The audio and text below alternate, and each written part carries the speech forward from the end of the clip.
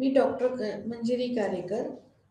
आज आपण आपला जो पेपर आहे, India's foreign policy in globalising world, त्यातला पुढचा भाग पाहणार आहोत. त्यातला पुढचा भाग आहे की principles and objectives of India's foreign policy, तो बघणार आहोत. मागच्या तासाला आपण determinants of India's foreign policy बघितले होते. म्हणजे परराष्ट्र धोरणाचे निर्धारक घटक कुठले, हे आपण त्यावेळेला पाहिलेलं होतं. तर ते साधारणपणे संस्कृती, इतिहास, भूगोल असे बरेच घटक त्याच्यामध्ये कव्हर होतात.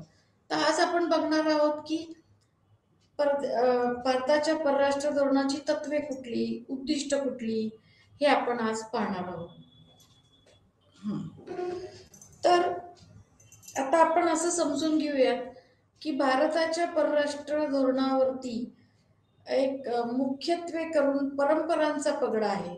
भारताच्या ज्या परंपरा आहेत, इतिहास आहे, सांस्कृतिक परंपरा आहेत, तत्वज्ञानाच्या परंपरा आहेत, तर या सगळ्याचा पगडा, परिणाम किंवा प्रभाव परराष्ट्र धोरणावरती आपल्याला पडलेला दिसतो. तर याच्या पुढे आपल्याला असंही बघायचं आहे की परराष्ट्र धोरणाची तत्वे आणि उद्दिष्ट याच्यात नक्की काय फरक आहे. तर परराष्ट्र धोरणाची तत्व ही मार्गदर्शक स्वरूपाची असतात आणि त्याला तात्विक पाया असतो, तत्वज्ञान स्वरूपाची असतात. तर उद्दिष्ट ही स्पष्ट स्वरूपाची ध्येय होय, म्हणजे what is to be achieved असं असतं. म्हणजे याच्यामध्ये सरळ सरळ आपल्याला काय अचीव करायचं आहे, ती म्हणजे ऑब्जेक्टिव्ह, आणि तत्व म्हणजे ती एक प्रकारे गायडिंग प्रिन्सिपल्स असतात. आणि म्हणून तत्व आणि उद्दिष्ट ही सारखी नसतात, ती वेगवेगळी असतात. मग आता आपण असं बघूयात की भारताच्या परराष्ट्र धोरणाची तत्व काय आहेत. म्हणजे याला तात्विक पाया, फाउंडेशन काय आहे, अधिष्ठान काय आहे, हे आपण थोडंसं आज बघूयात. अलिप्ततेचं धोरण हे थोडंसं तत्वज्ञान आपल्याला भारताच्या परराष्ट्र धोरणात विचारात घ्यावं लागतं. म्हणजे शीतयुद्धाच्या पार्श्वभूमीवर नव्याने स्वतंत्र झालेल्या राष्ट्रांसाठी नेहरू, नासर, टिटो यांनी अलिप्ततेचे धोरण आखले. नेहरू हे भारताच्या परराष्ट्र धोरणाचे शिल्पकार मानले जातात. मुळात आपल्या परराष्ट्र धोरणाचे सूत्र अलिप्तता होय. दोन्ही लष्करी गटांपासून अलिप्तता अपेक्षित आहे. म्हणजे आता याच्यामध्ये एक लक्षात घ्या की भारत जेव्हा नवीन स्वतंत्र झाला त्याच वेळेला जगामध्ये अमेरिका आणि रशिया यांच्यामध्ये सरळ सरळ शीतयुद्ध सुरू झालं. म्हणजे दोन विरुद्ध विचारसरणीचे हे दोन गट होते आणि त्या गटाला त्या विचारसरणी मानणारे इतर राष्ट्र त्या गटांना सामील झाली. परिणामी असं झालं की दोन परस्पर विरोधी अशा शक्ती तयार झाल्या आणि त्याच्यामधून एक संघर्षयुक्त असं जीवन सुरू झालं. मग या संघर्षात आपण पडायचं का नाही. आशिया आणि आफ्रिका खंडातल्या राष्ट्रांनी, नव्याने स्वतंत्र झालेल्या राष्ट्रांनी या संघर्षात, शीतयुद्धात पडणं कितपत परवडणार आहे याचा विचार सुरू झाला. आणि आपल्याला या संघर्षात पडणं परवडणारं नव्हतं, कारण आपण कुठल्याही एका गटाच्या बाजूनी गेलो की आपोआपच आपल्याला दुसरा गट विरोधात जाईल आणि मग आपल्याला विकास हे जे आपलं ध्येय आहे ते साध्य करणं अवघड होऊन बसेल. याच पार्श्वभूमीवरती पंडित नेहरूंनी नासर आणि टिटो हे त्यांचे सहकारी, नासर इजिप्त मधला आणि टिटो युगोस्लाविया मधला होता, हे धोरण अलिप्ततेचे आखले.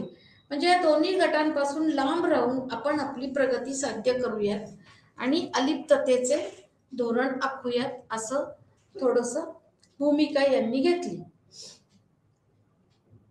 नेहरू हे भारताच्या परराष्ट्र धोरणाचे शिल्पकार, कारण परराष्ट्र धोरणाची मेन फ्रेमवर्क, मेन चौकट पंडित नेहरूंनी घातली आणि म्हणून हे सगळं क्रेडिट पंडित नेहरूंना जातं. मुळात आपल्या परराष्ट्र धोरणाचे मुख्य सूत्र अलिप्तता आहे. दोन्ही लष्करी गटांपासून अलिप्तता अपेक्षित आहे, कारण हे दोन्ही लष्करी गट आहेत आणि ते त्यांच्या गटात सामील झालेल्या राष्ट्रांना लष्करी मदत करतात. आणि लष्करी गट म्हणजे हे केव्हाही युद्ध पातळीवरती येऊ शकतात. म्हणून आपल्याला प्रगती करायची असेल तर या सगळ्यापासून लांब राहिलं पाहिजे, अशी भूमिका आपण घेतली.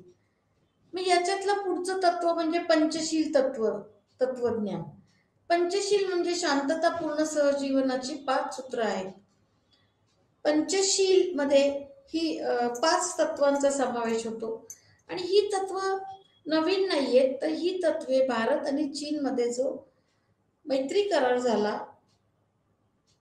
नेहरू आणि चीनचे पंतप्रधान यांच्यामध्ये, त्याच्यामध्ये आपल्याला ही 5 तत्व आढळतात. ही 5 तत्वे म्हणजे एकमेकांच्या सार्वभौमत्वाबद्दल व प्रादेशिक एकात्मतेबद्दल आदर बाळगणे, हे महत्वाचं आहे. कारण 5 तत्वे एकमेकांच्या सार्वभौमत्वाबद्दल, प्रादेशिक एकात्मतेबद्दल आदर बाळगणं, याचं कारण हे तत्व याचं मेन आहे. दुसऱ्या देशाच्या सार्वभौमत्वाबद्दल आदर बाळगला पाहिजे आणि प्रादेशिक एकात्मतेबद्दल आदर बाळगला पाहिजे.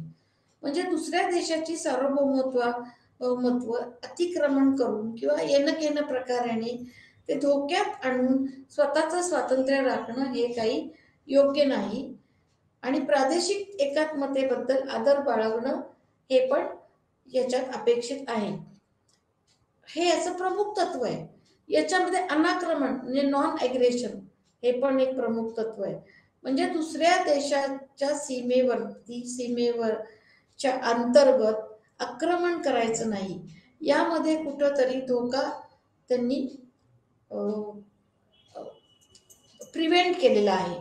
म्हणजे कुठंतरी सर्व राष्ट्रांना त्यांचं स्वातंत्र्य गुण्यागोविंदांनी आखलं पाहिजे असं म्हणलं पाहिजे. दुसरी गोष्ट, अंतर्गत बाबतीत निरहस्तक्षेप म्हणजे काय?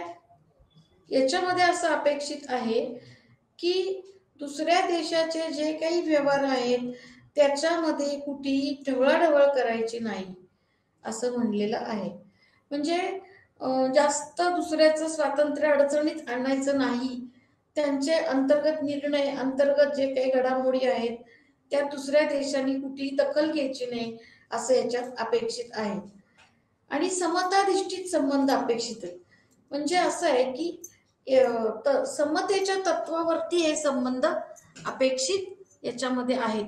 म्हणजे कुठेही दुसऱ्या राष्ट्राला कमी समजून उपयोग नाही, तर समताधिष्ठित म्हणजे दुसऱ्याविषयी रिस्पेक्टफुली वागलं पाहिजे असं याच्यामध्ये म्हणलेलं आहे.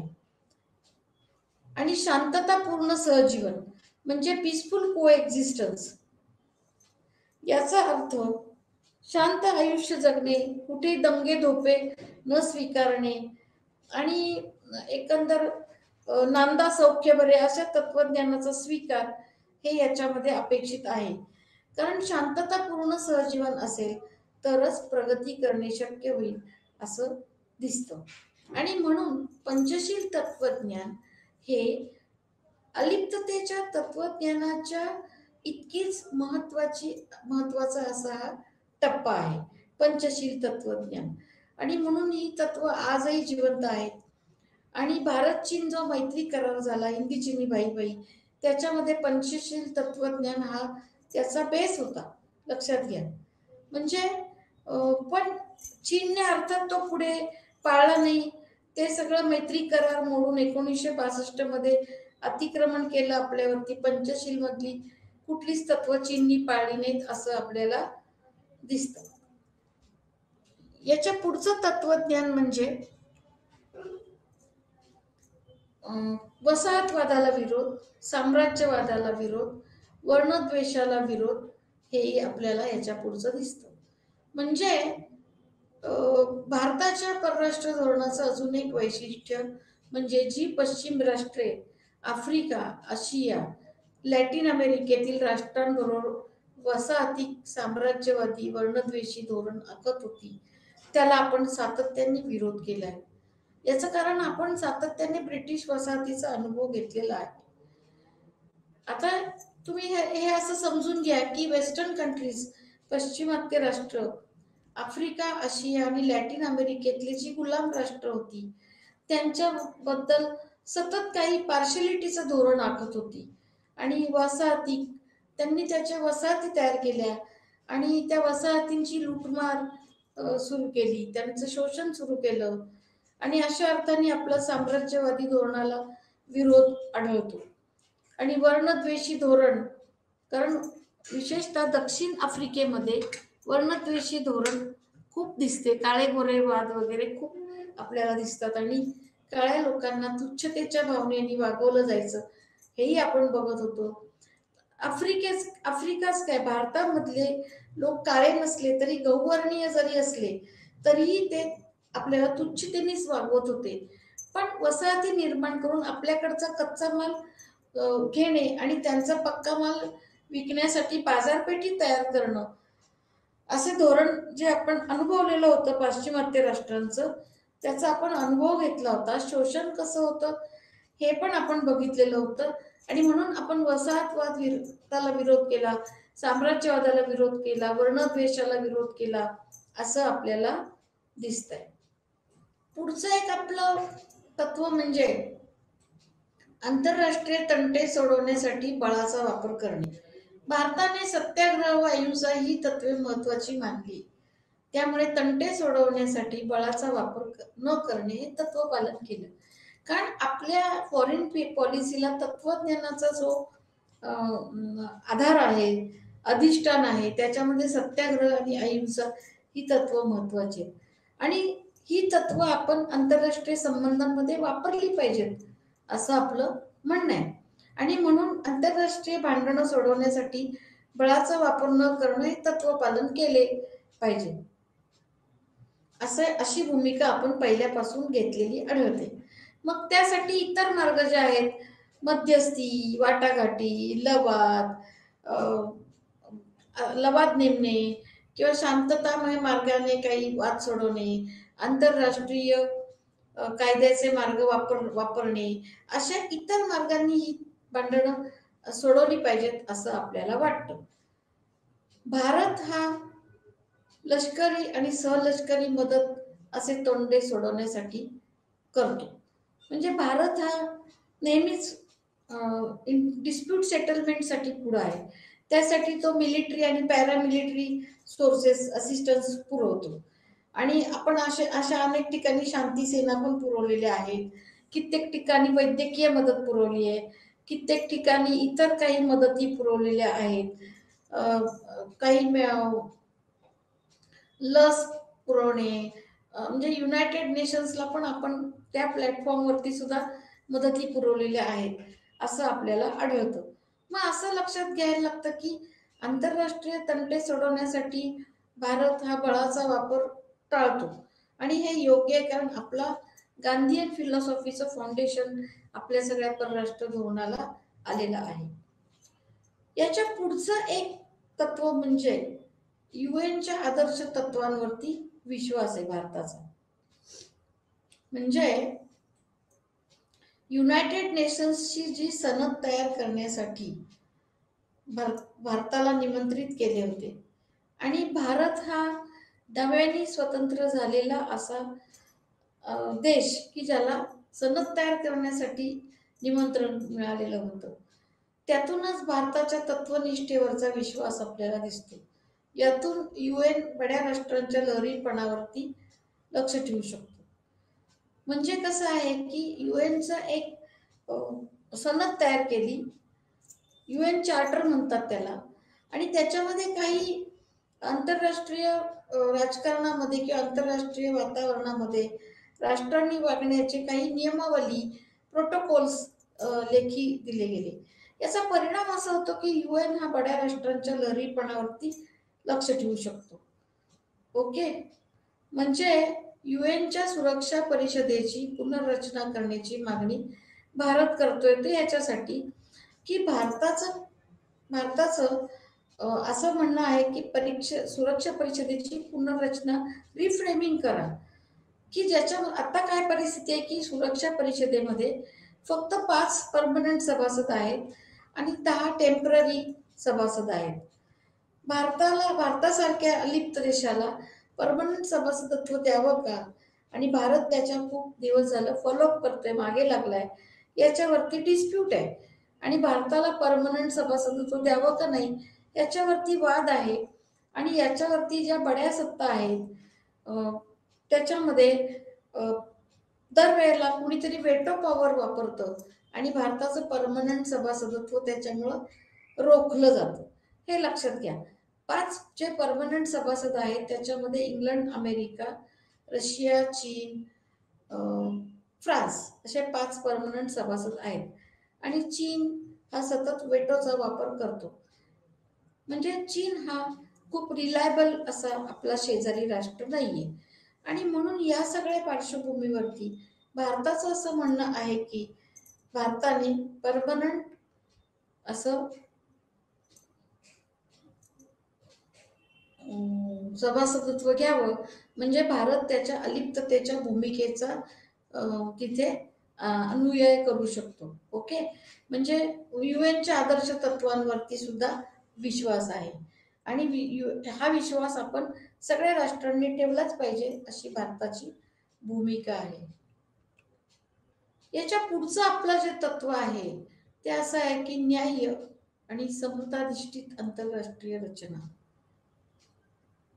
आता इक्विटेबल इंटरनॅशनल स्ट्रक्चर म्हणजे दुसऱ्या महायुद्धानंतर एकूणच जगाची रचना अन्यायकारक व विषम झालेली दिसते.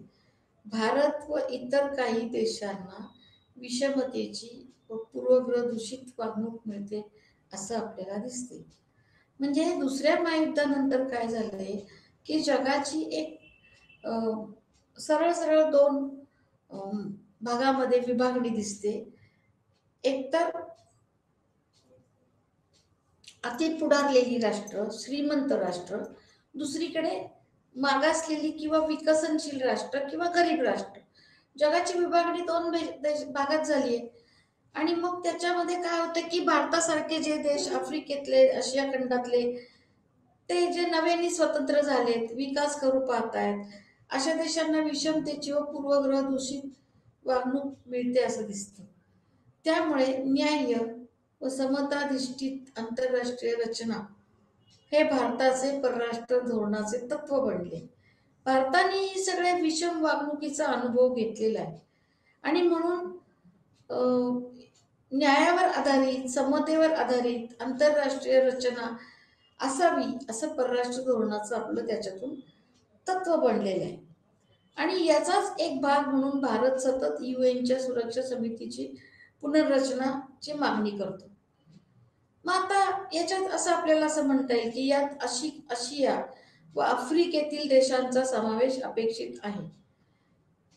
या सर्व रचनेमध्ये आशिया आफ्रिकेतील देशांचा समावेश अपेक्षित आहे. याशिवाय नवीन आंतरराष्ट्रीय अर्थव्यवस्था अपेक्षित आहे. म्हणजे न्यू इंटरनॅशनल इकॉनॉमिक ऑर्डर ही एकदम खूप वेगळी टर्म आहे, निओ म्हणतात त्याला. तर ही अपेक्षित आहे. म्हणजे इथे असं अपेक्षित आहे भारताला की जगाची परत एकदा पुनर्रचना व्हावी की ज्याच्यामध्ये श्रीमंत राष्ट्र आणि गरीब राष्ट्र कुठं तरी जवळ यावं आणि श्रीमंत राष्ट्रांनी गरीब राष्ट्रांना मदत करून त्यांची प्रगती करण्याचा प्रयत्न करावा किंवा त्यांची अपलिफ्टमेंट, उन्नती करण्याचा प्रयत्न करावा. आणि याच्यामुळे श्रीमंतांनी गरीब राष्ट्रांमधली तरी कमी होईल किंवा दूर होईल अशी अपेक्षा आहे. म्हणजे ही एक वेगळी कन्सेप्ट आहे. पण आज असं दिसतंय की ही अशी नवीन आंतरराष्ट्रीय अर्थव्यवस्था एस्टॅब्लिश व्हायच्या ऐवजी श्रीमंत आणि गरीब राष्ट्रांमधली ही जी दरी आहे ती दिवसेंदिवस वाढत चालली आहे. लक्षात येत आहे? दिवसेंदिवस वाढत चालली आहे आणि श्रीमंत राष्ट्रांना गरीब राष्ट्र गाठूच शकत नाही. आणि मग याच्यातूनच आपल्याला असं दिसतं की G8 ग्रुप याच्यामध्ये 8 अतिशय पुढारलेली राष्ट्र आहेत आणि इकडं G77 वगैरे गट जो दिसतोय तो, तर याच्यामध्ये सगळी गरीब राष्ट्र येतात G77 मध्ये. 1970 पासून ही नवीन आंतरराष्ट्रीय अर्थव्यवस्थेची मागणी होत आहे असं आपल्याला दिसतं. यात आशिया व आफ्रिकेतील विकसनशील राष्ट्रांना व्यापार व काही गोष्टींसाठी आर्थिक मदतीची गरज होती. त्याच्यातून ही संकल्पना सुरू झालेली आहे. म्हणजे आशिया आफ्रिकेतील विकसनशील राष्ट्रांना काही आर्थिक मदती हव्या होत्या आणि त्याच्यामुळं त्यांना काही प्रगती होणार होती. याच्यातूनच ही निओची कन्सेप्ट सुरू झालेली आपल्याला दिसते. पुढचं जे तत्व आहे ते म्हणजे जागतिक शांततेवरती विश्वास. शीतयुद्ध संपल्यानंतर अमेरिका इराक युद्ध सुरू झाले, सिरिया संघर्ष सुरू झाला, अशा अनेक संघर्षात्मक अवस्था सुरू झाल्या. मग कुठंतरी जागतिक शांततेची गरज आहे, जागतिक शांतता प्रस्थापित केली पाहिजे असं आपल्याला वाटायला लागतं. आणि म्हणून भारताचा जागतिक शांततेवरती सुद्धा विश्वास आहे. हे जे इराण वॉर, अमेरिका इराक युद्ध, अफगाणिस्तान इंटरव्हेन्शन, रशियाने जे केलं ते, नंतर याच्या व्यतिरिक्त चीनची घुसखोरी तिबेटमध्ये, त्यांनी सगळी जागतिक शांतता सगळी भंग पावते आणि ही कुठेतरी व्हावी असं आपल्याला वाटतं. आणि म्हणून हे तत्व जे आहे जागतिक शांततेवर विश्वास हे अगदी महत्वाचं तत्व मानलं जातं. यानंतर अजून एक तत्व असं आहे की कुठलेही डिस्प्यूट वाद सोडवण्यासाठी द्विपक्षीय चौकट अपेक्षित आहे. भारत पाकिस्तान वाद सोडवायला द्विपक्षीय चौकट, बहुपक्षीय चौकट, द्विपक्षीय चौकट नेमली होती. ते आपल्याला माहिती आहे की भारत पाकिस्तान मधले जे वाद झाले त्याच्यामध्ये ताशकंद करार झाला, तर ते बायलॅटरल अशी फ्रेमवर्क होती. पण कधी कधी मल्टीलॅटरल फ्रेमवर्कची सुद्धा गरज असते. म्हणजे अफगाणिस्तान प्रकरणामुळे द्विपक्षीय चौकटी कामाच्या नाहीत हे कळलं आणि बहुपक्षीय चौकटी सुद्धा कितपत उपयोगी पडतात याचा संशय निर्माण झाला. म्हणजे या गोष्टी अगदी महत्वाच्या आहेत की आपलं तत्व आहे की बायलॅटरल फ्रेमवर्क मधून काही वाद सोडवता आले पाहिजेत. अजून एक महत्वाचं तत्व म्हणजे निशस्त्रीकरण. हे अगदीच महत्वाचं तत्व म्हणजे डिसआर्मामेंट. आता डिसआर्मामेंट आणि आर्म्स कंट्रोल याच्यात एक थोडा फरक आहे, तर तो मी तुम्हाला थोडक्यात सांगते की निशस्त्रीकरण म्हणजे टोटली इलिमिनेशन ऑफ वेपन्स, पूर्णपणे शस्त्रास्त्र नाहीशी करणं असा अर्थ होतो त्याचा. पण संपूर्णपणे शस्त्र नाहीशी करणं शक्य आहे का? नाही.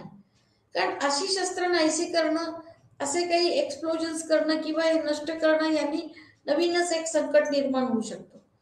मग त्याला एक पर्याय किंवा त्याला एक ऑप्शन असं आहे की शस्त्र कंट्रोल करणे, नियंत्रित करणे हा एक त्याला पर्याय आहे. म्हणजे भारताला शस्त्र नष्ट करणे, दुसऱ्या देशांनी साठा केलेल्या हायड्रोजन व अणुबॉम्ब कमी करणे, विविध देशातील शस्त्रांचा साठा कमी करणे हा एक त्याला पर्याय आहे.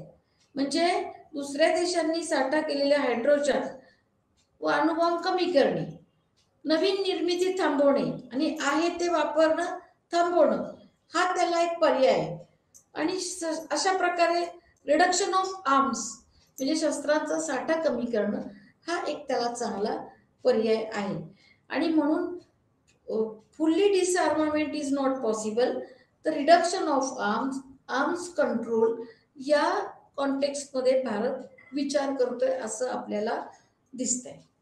ओके, म्हणून निशस्त्रीकरण ही कन्सेप्ट खूप व्यापक आहे आणि संपूर्ण निशस्त्रीकरण करणं शक्यच नाही.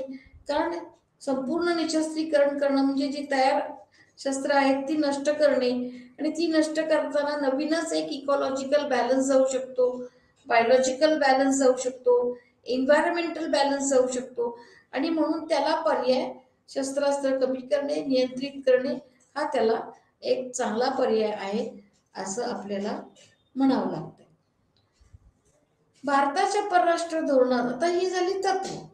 आता काय उद्दिष्ट आहेत भारताच्या परराष्ट्र धोरणाची? तर राष्ट्रीय हितसंबंध जोपासणे, संवर्धन करणे हे एक उद्दिष्ट आहे. उद्दिष्ट म्हणजे तुम्हाला काय अचीव करायचंय, काय साध्य आहे, तुमचं काय ध्येय आहे ते. या देशाचे संरक्षण व सुरक्षिततेपासून विविध करार येतात. शेजारी राष्ट्रांशी करार येतात. म्हणजे याच्यामध्ये संरक्षणाच्या दृष्टीने सुरक्षिततेसाठी विविध करार येतात. शेजारी राष्ट्रांशी करार येतात. स्वतंत्र निर्णयाची स्वायत्तता येते. स्वतंत्र निर्णयाची स्वायत्तता हे पण एक आपलं ऑब्जेक्टिव्ह आहे, उद्दिष्ट आहे. कारण शीतयुद्धाच्या पार्श्वभूमीवरती काय झालं की अलिप्त राष्ट्रांनी स्वतंत्र निर्णय घेण्याची भूमिका घेतली. लक्षात येते तुमच्या? म्हणजे कोणत्याही बड्या सत्तेच्या प्रभावाखाली न येता नव्याने स्वतंत्र झालेल्या आशिया आफ्रिका खंडातील राष्ट्रांनी स्वतःचे निर्णय स्वतः घेतले पाहिजेत आणि त्यांच्या निर्णयामध्ये कोणीही हस्तक्षेप करता कामा नये. ओके, म्हणून स्वतंत्र निर्णयाची स्वायत्तता असे एक आपला उद्दिष्ट आहे. परराष्ट्र धोरणाचा आर्थिक घटक अजून एक असा आहे की भारतापुढे दोन आव्हानं होती. एक, इतक्या लोकांना अन्नधान्य पुरवणं. कारण नव्याने स्वतंत्र झाल्यावर आपल्याला फूड शॉर्टेजला खूप तोंड द्यायला लागले आणि इतक्या लोकांना अन्नधान्य पुरवणे हे एक मोठं आपल्या पुढं चॅलेंज होतं. ओके, आणि अजून एक आव्हान होतं ते म्हणजे विकसित राष्ट्रांकडून भांडवल व तंत्रज्ञान विषयक मदत मिळवणे. हे अजून एक आव्हान होतं. याचं कारण असं आहे की विकसित राष्ट्र ही यांनी भांडवल दिलं पाहिजे.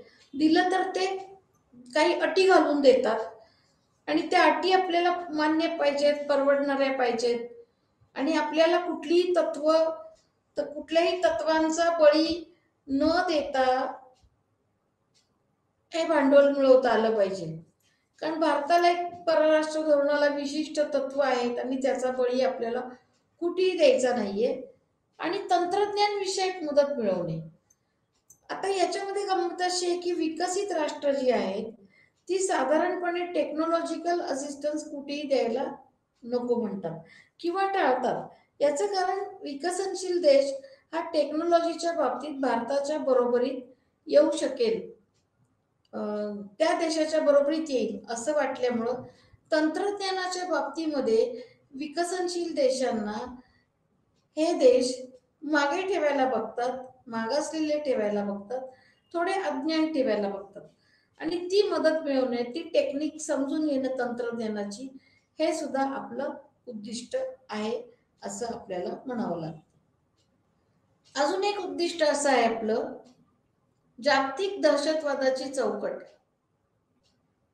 म्हणजे जागतिक दहशतवादाची चौकट ब्रेक करणं, मोडून काढणं हे एक आपलं उद्दिष्ट आहे. चांगला वाईट दहशतवाद. दहशतवादाचे दोन प्रकार आहेत. कधी कधी काही वेळा दहशतवादामुळे चांगल्या सुद्धा गोष्टी होऊ शकतात, पण त्याचं प्रमाण अगदीच कमी आहे. वाईट दहशतवाद म्हणजे दहशतवादामुळे खूप वाईट गोष्टी होतात आणि जीवितहानी, आर्थिक हानी, शैक्षणिक हानी, अशा अनेक गोष्टी त्याच्यामुळे होतात आणि हे फार वाईट आहे. त्याला कुठंतरी आळा बसला पाहिजे. आणि पर्यावरण संरक्षणाची चौकट हे सुद्धा सध्याच्या काळातील मोठे आव्हान आहे.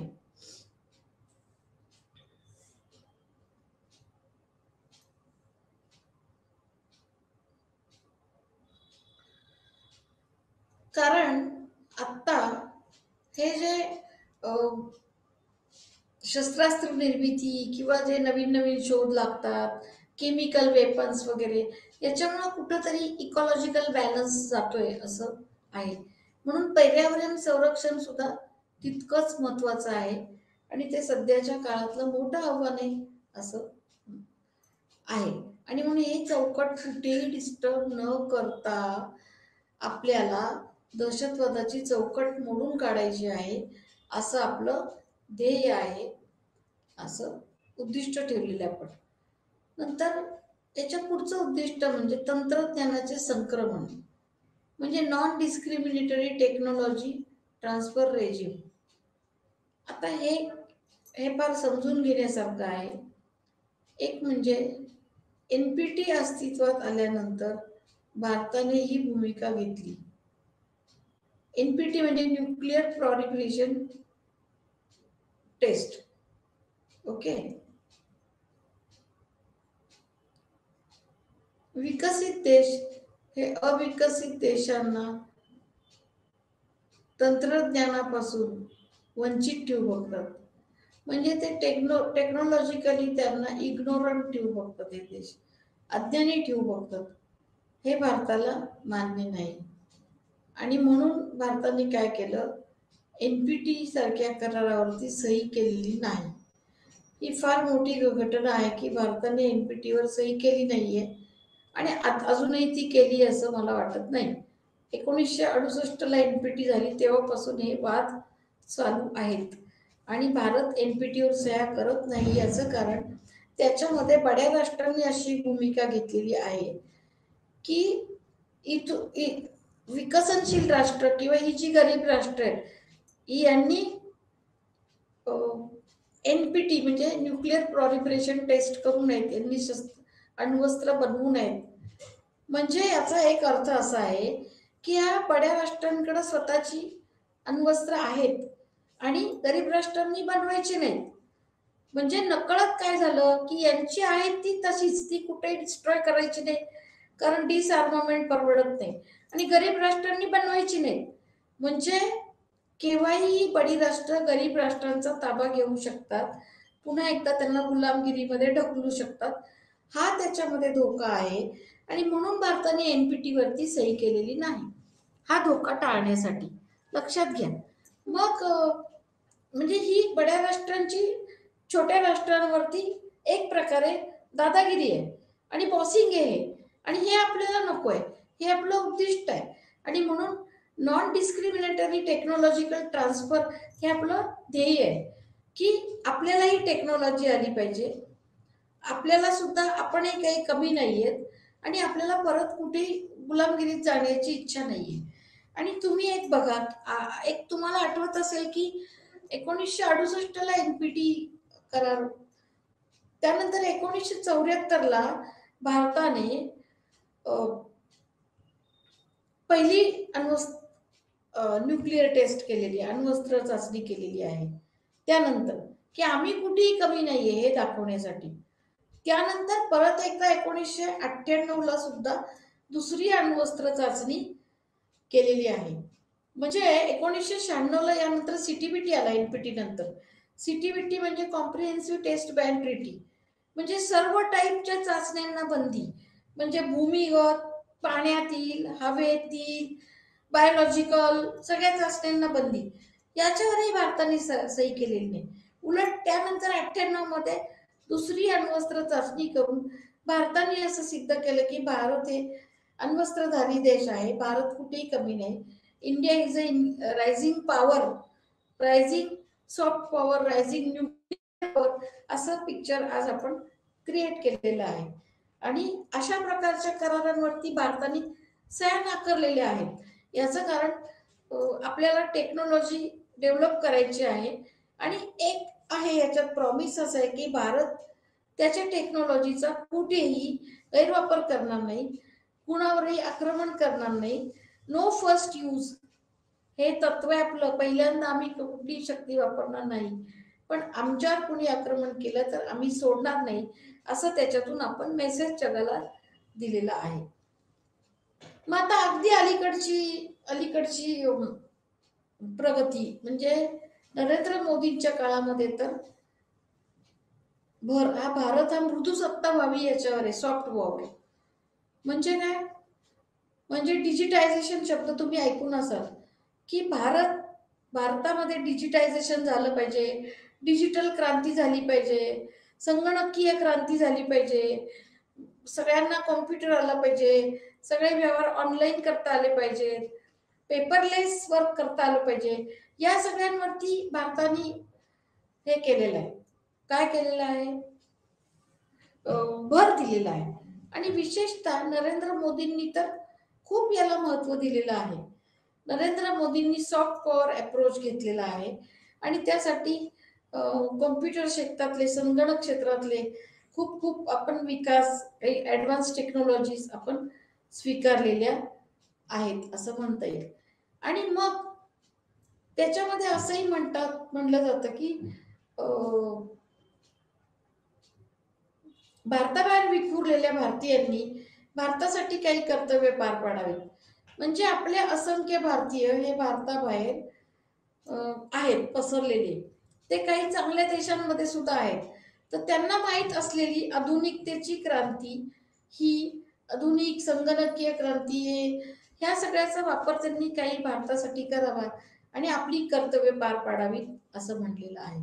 आणि याच पार्श्वभूमीवरती 25 जून हा आंतरराष्ट्रीय योगा दिवस आणि 2 ऑक्टोबर शांतता अहिंसा दिवस साजरा करण्यामागे भारताचं मोठं योगदान आहे असं म्हटलं जातं. लक्षात येतंय? म्हणजे हे जे 2 दिवस साजरे केले जातात, आंतरराष्ट्रीय योगा दिवस आणि 2 ऑक्टोबर हा शांतता अहिंसा दिवस, हे भारताचं एक क्रेडिट आहे की योगा वगैरे या सगळ्या गोष्टी भारतात आहेत आणि त्याचं जागतिक स्तरावरती ॲप्रिसिएशन झालेलं आहे. आणि म्हणून हे भारताचं खूप मोठी क्रेडिट आहे, अचिव्हमेंट आहे. आणि त्यानुसार आपण असं म्हणू शकतो की आपण काही गोष्टी साध्य केल्यात आणि भारताने त्या भारताची इमेज जगामध्ये उंचवायला एक प्रकारे मदत केलेली आहे. तर आज आपण जे बघितलं की भारताचं परराष्ट्र धोरण ठरवण्यामागे कुठली तत्वे आहेत, त्याची उद्दिष्ट काय आहेत, हे बघितलं आपण. पण मग परराष्ट्र धोरण समजा त्याची तत्व उद्दिष्ट बघितली, त्याचे निर्धारक घटक बघितले, पण परराष्ट्र धोरण हे असं सडन तयार होत नाही. त्याला एक यंत्रणा राबवायला लागते, त्याला एक प्रक्रिया करायला लागते आणि मग त्याच्यातून परराष्ट्र धोरण ठरवलं जातं. बरोबर आहे? म्हणजे त्याच्यासाठी काहीतरी इन्स्टिट्यूशन्स मेकॅनिझम आहे, काही संस्था राबतात त्याच्यासाठी. लक्षात येत आहे? म्हणजे परराष्ट्र धोरण असं नुसतं म्हणून उपयोग नाही की आम्ही सत्य आधारे परराष्ट्र धोरण करणार, तसं नाही. तर त्यासाठी काही त्याला इन्स्टिट्यूशनल फॉर्मॅट असतो, त्याला ऑफिशियल फ्रेमवर्क असते आणि ती ऑफिशियल फ्रेमवर्क आता आपण थोडी थोडक्यात बघूयात, कारण आपल्याकडे वेळ तसा कमी राहिलेला आहे. तर थोडक्यात बघू. म्हणजे सगळ्यात पहिलं एक लक्षात घ्या की भारतामध्ये मिनिस्ट्री ऑफ एक्सटर्नल अफेअर्स असे असते, परराष्ट्र संबंध खाते. ऐकून असाल तुम्ही. म्हणजे ही मिनिस्ट्री ऑफ अफेअर्स जी असते, एक्सटर्नल अफेअर्स, ही परराष्ट्रामध्ये आणि भारत आणि परराष्ट्र संबंधांमध्ये नवीन नवीन काय घडामोडी होत आहेत याचे बारकाव्याने अभ्यास करत असते. त्यासाठी त्यांच्याकडं तसा ताफा असतो, स्टाफ असतो, त्यांच्याकडे डेटा असतो, डेटा ॲनालिस्ट असतात, मदतीला अनेक माणसं असतात आणि मग ही सतत अशा घडामोडी ऑब्झर्व करत असते. लक्षात घ्या. मग काय झालं की ही ऑब्झर्व करते, मान्य. मग ही सगळं जे हे आहे ते डेटा ॲनालिसिस करून वगैरे पुढं शासनाला माहिती पाठवत असते. यानंतर आपल्याकडे एक सिक्युरिटी कमिटी असते, म्हणजे सुरक्षा समिती एक असते भारताची, सिक्युरिटी कमिटी, आणि ती सुद्धा या दृष्टिकोनातून सगळं अभ्यास करत असते. लक्षात येत आहे? मग हे सगळं अभ्यास असतोच, मग ही सगळी माहिती फॉरवर्ड केली जाते. यानंतर पंतप्रधान ही सर्वात मोठी व्यक्ती आहे की जी भारताचं परराष्ट्र धोरण फ्रेम करायला मदत करते. म्हणजे पंतप्रधानाच्या मदतीला एक्सटर्नल अफेअर्स मिनिस्टर वगैरे असतोच, पण पंतप्रधान हा फायनल पॉलिसी करत असतो. पंतप्रधानाचा स्वतःचा व्ह्यू कसा आहे, स्वतःची विजन कशी आहे, याच्यावरती सुद्धा परराष्ट्र धोरण ठरतं. पंतप्रधान जर मवाळ असेल तर तसं धोरण नव्हतं. पंतप्रधान जर काही नवीन पॉलिसी आखणारा असेल, नवीन विजन असणारा असेल, तर तशा काही तत्व परराष्ट्र धोरणामध्ये ऍड होतात. म्हणजे आपण बघतो पंडित नेहरूंचा पगडा खूप आहे पंतप्रधान पदावर असताना. यशवंतराव चव्हाण त्यावेळेला परराष्ट्र मंत्री वगैरे होते, त्यांचाही खूप पगडा होता. नंतर याच्या त्यांच्या मदतीला इतर लोक असतात, त्यांचं काही एक खास कमिटी असते, ती पण मदत करत असते. यानंतर अटल बिहारी वाजपेयी यांनी सुद्धा परक्या देशांशी चांगले संबंध ठेवण्याचं खूप मनावर घेतलं होतं. त्यांनी इंद्रकुमार गुजराल यांनी पण मनावरती घेतलेलं होतं. इंद्रकुमार गुजराल यांच्याच काळात लुकिस्ट पॉलिसी खूप पॉप्युलर झालेली आपल्याला दिसते. व्ही सिंग किंवा अशा काही यांच्या काळातही काही पॉलिसी घेतल्या गेल्या, पण त्या टिकल्या नाहीत. त्यानंतर मनमोहन सिंग यांनी काही हे केलं.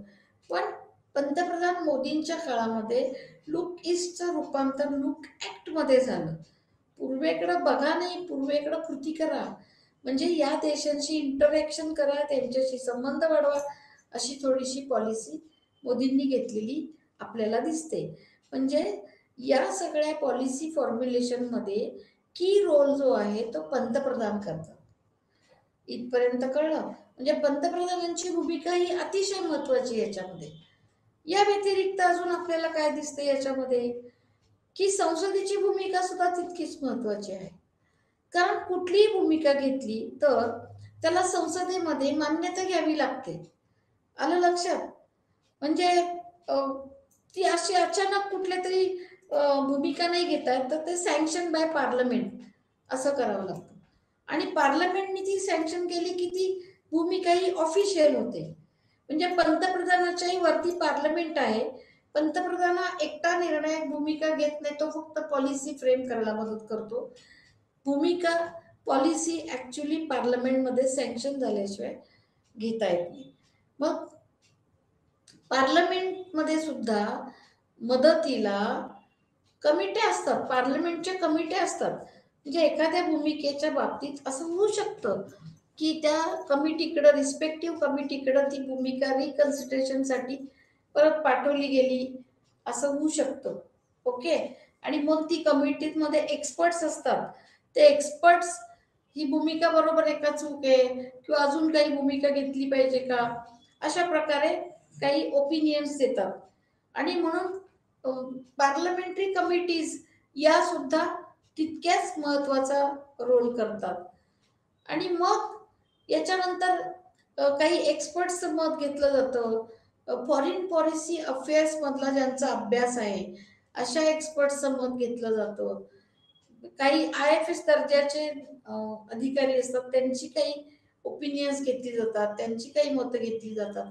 असं करून ती सगळी फॉरेन पॉलिसी ठरत असते.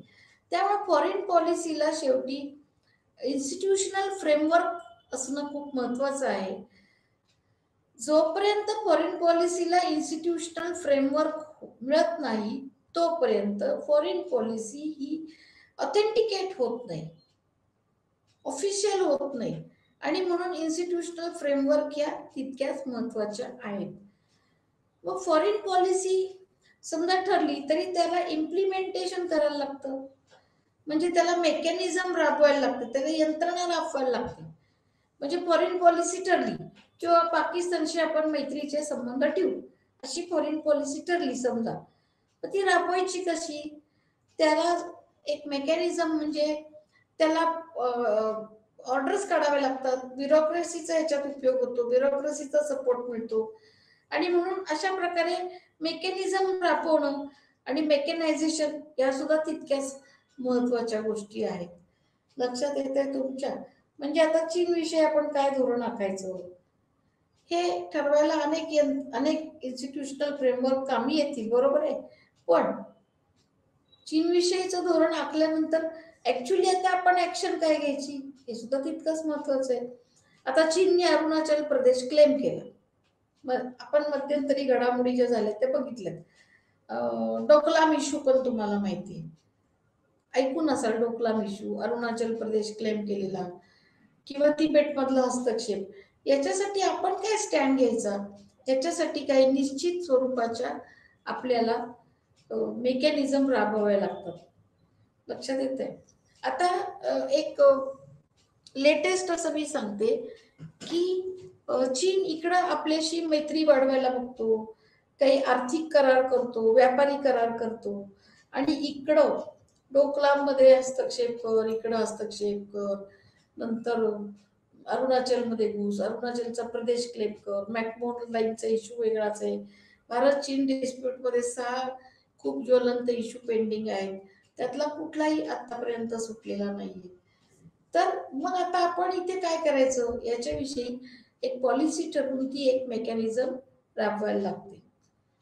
आता एक अजून लेटेस्ट असं बघूयात आपण की पाकिस्तान आणि चीन यांच्यामध्ये काहीतरी टायअप आहे आणि पाकिस्तानला चीन पाठीशी घालतो, प्रोवोक करतो असे आरोप आहेत चीनवरती. मग हे इथे आपल्याला लक्ष घालायला लागतं, मग कुठली भूमिका घ्यायची इथे असं थोडंसं ठरवायला लागतं. आता पाकिस्तानचं दिवाळं वाजलंय, हे आपण टीव्हीतही बघतो, दिवाळं वाजलंय. त्याच्यामध्ये आपला सिंध प्रांत तिकडं गेलाय, अर्धा पंजाब तिकडं गेलाय. मग आता अशा स्थितीमध्ये, कारण त्यांनी कर्ज खूप काढलेली आहे, मग भारत काही करू शकतो का? म्हणजे आपल्याला इथं फॉरेन पॉलिसी ठरवली पाहिजे पाकिस्तानच्या संदर्भात, आणि मग आपण काही करू शकतो का, किंवा काय करता येईल. तर अशा वेगवेगळ्या भूमिका आपल्याला घ्यायला लागतात. श्रीलंकेचंही दिवाळं वाजलेलं आपण बघतोय. श्रीलंकेतली लोक रस्त्यावर आली कारण चीननी त्यांना कर्ज दिली भरपूर आणि ती पिटत नाहीयेत. म्हणजे आता एक असं बघा की आपल्या शेजारी राष्ट्रांवरती असा काही बिकट प्रसंग आला समजा, तर ते आपले इमिजिएट शेजारी आहेत, त्यामुळे त्याचा कळत नकळत परिणाम आपल्यावरती होत असतो असं म्हणावं लागेल.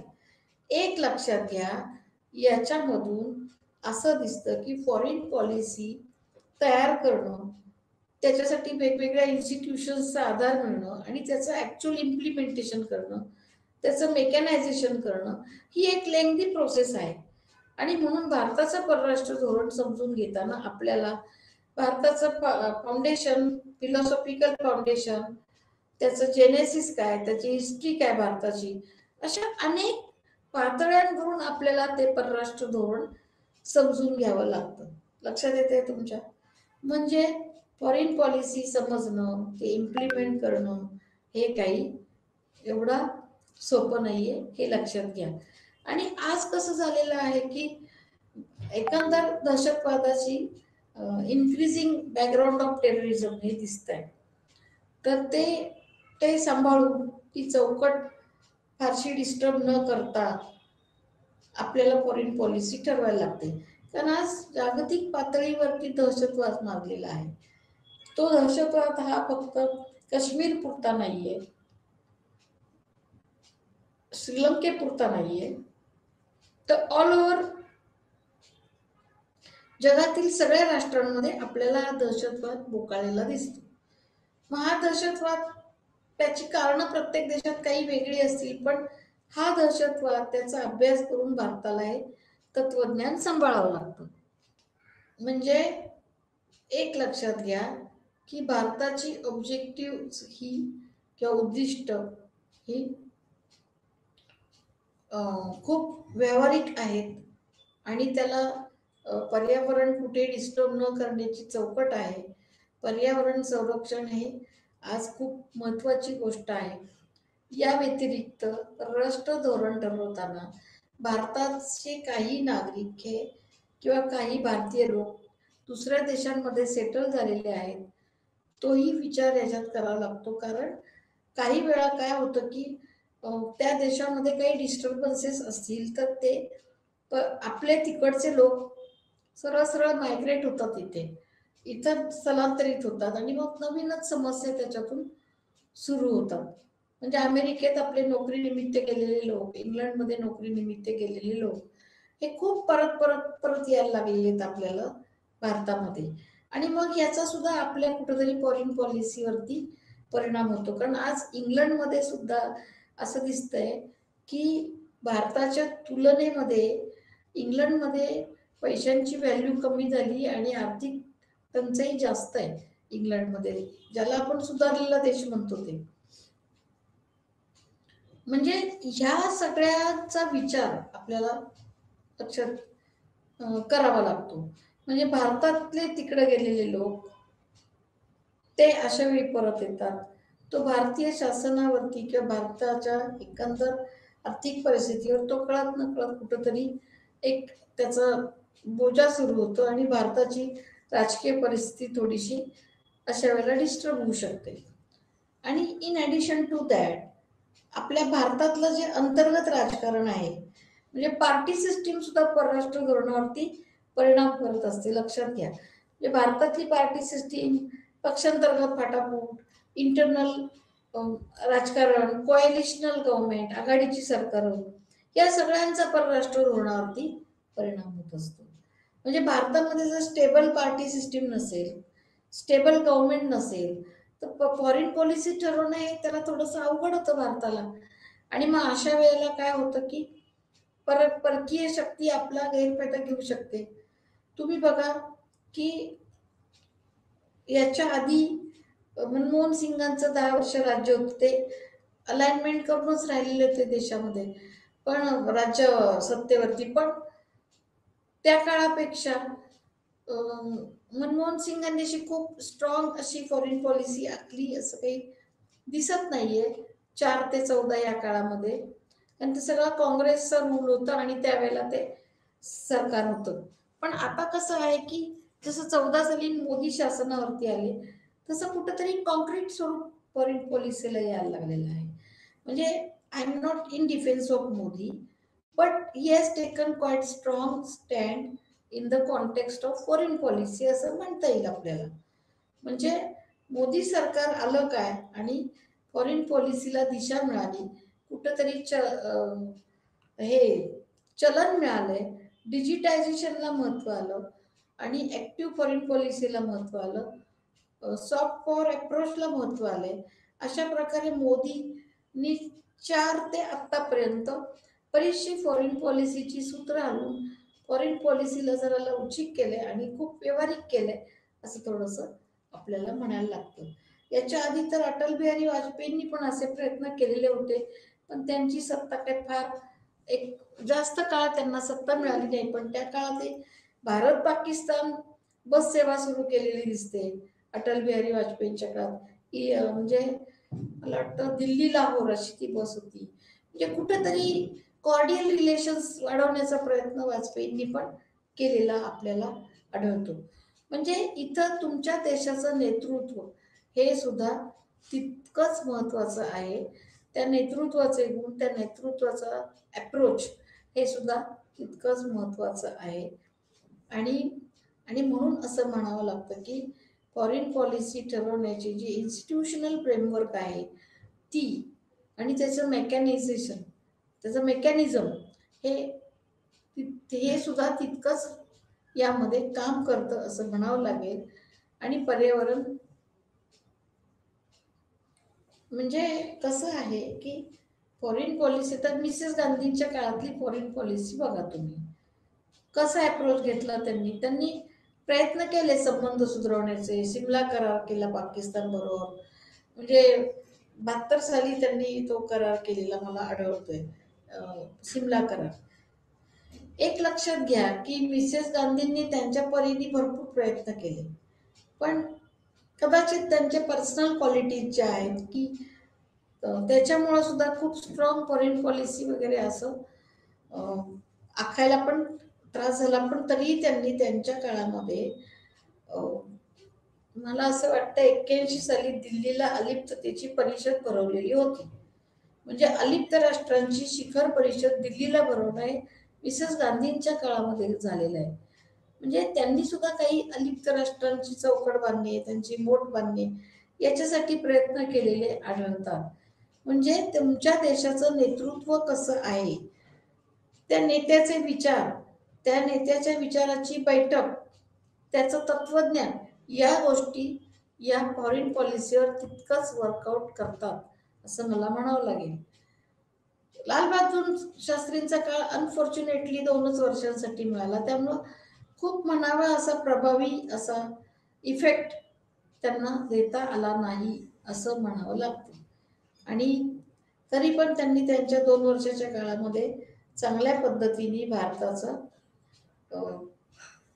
बाजू सांभाळली, संरक्षणाची बाजू सांभाळली आहे असं म्हणायला लागतं. त्यामुळं एक लक्षात घ्या की परराष्ट्र धोरणाची तत्व आणि उद्दिष्ट आज आपण बघितली, त्याचं इन्स्टिट्यूशनल फ्रेमवर्क बघितली, त्याचं मेकॅनिझम बघितला. या सगळ्या गोष्टींचा विचार करून फॉरेन पॉलिसी ठरवायला लागते आणि ती इम्प्लिमेंट करावी लागते असं म्हणता येतं. ओके, याच्यावर काही शंका असेल असं मला वाटत नाही, कारण आपण खूप प्रत्येक गोष्ट एक्सप्लेन केलेली आहे. आणि मृदू सत्ता हा तर अगदीच लेटेस्ट त्याच्यातला डेव्हलपमेंट आहे त्याच्यातली आणि अप्रोच आहे. आणि डिजिटायझेशनच्या दृष्टीने भारत खूप सॉफ्ट पुढे गेलेला आहे. आत्ता लेटेस्ट G20 परिषद पण भारताने भरवलेली आहे. त्याच्यात सर्वसाधारण भरात सहकार्यावरतीच आपल्याला दिसतं, सहकार्यावरती. तर अशा पद्धतीने आपण हा एक पैलू फॉरेन पॉलिसीचा बघितलेला आहे.